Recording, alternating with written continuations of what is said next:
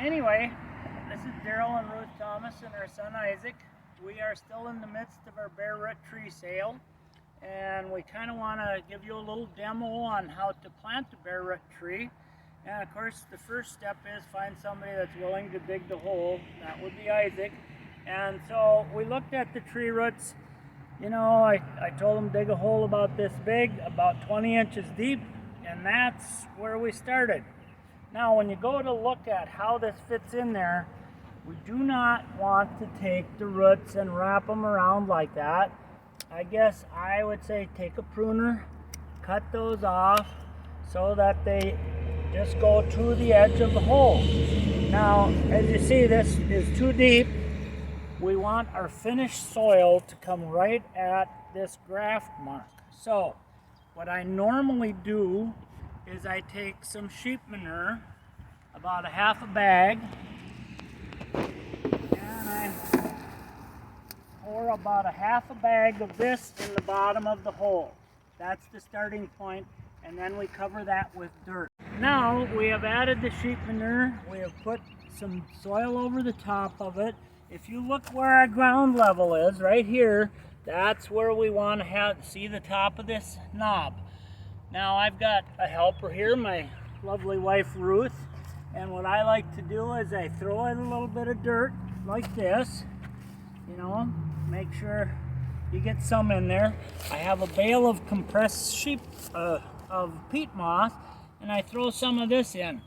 The peat moss really doesn't have nutritional value, but it adds a little bit of air space to our plant, and it helps the roots to take off a little bit faster. So I slough a little of that in there, throw some more dirt in, and just kind of, I don't know, I just kind of layer cake it up there as I go along.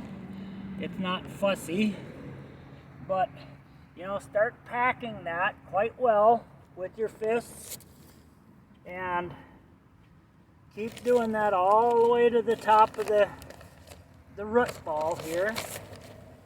And I'm glad Isaac dug the hole so I have the energy to do this. Don't forget to pack it. It needs to be packed quite firmly.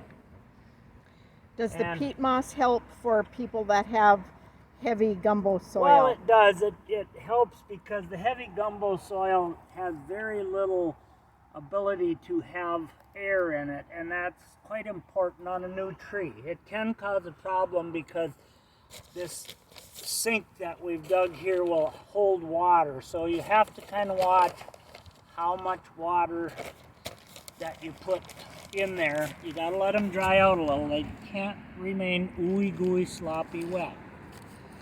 So we're getting close to the finished part of the dirt here.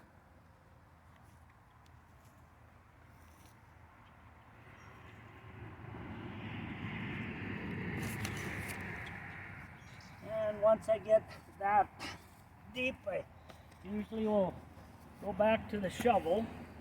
Now Ruth's supposed to have kept that tree straight. If it's crooked, it's her fault. Once I get above the roots, I get right on there, being careful not to skin your shoe against the bark on the tree, okay? So, throw a little of that in, throw a little more peat moss in there, and a little dirt over the top.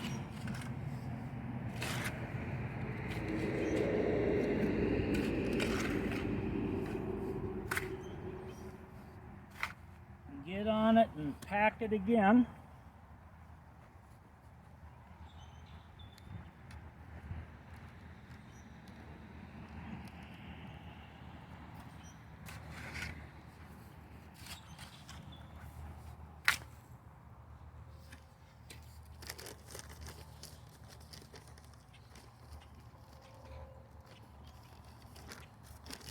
We're getting closer to where we want to end shoveling the dirt in there.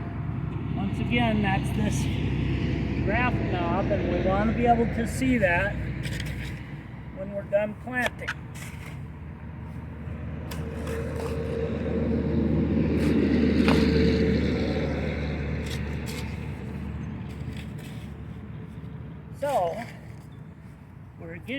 close to where we need and want to be. Of course, you can throw the rocks out of there. Oh, I'm sorry.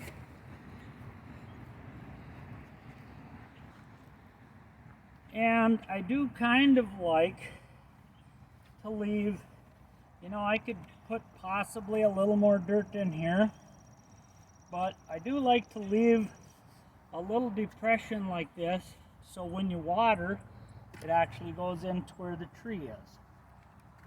So, but we could add a little bit more dirt at this time, but I do like to water about now. Leave it set so it settles in there. Tree basically planted. I didn't water it, but you see there are some damaged branches from shipping. I like to clip those off, and you get as close to the trunk as you can without taking this little callus off of there. A young tree like this, you can see you don't really want those branches that low to the ground, so we take those off. I would say about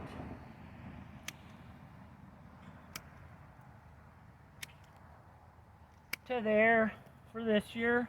Not really crazy about either one of these either. So we're going to go this way. This is what we're looking for in an apple tree. Nice wide swept branches so they hold the fruit.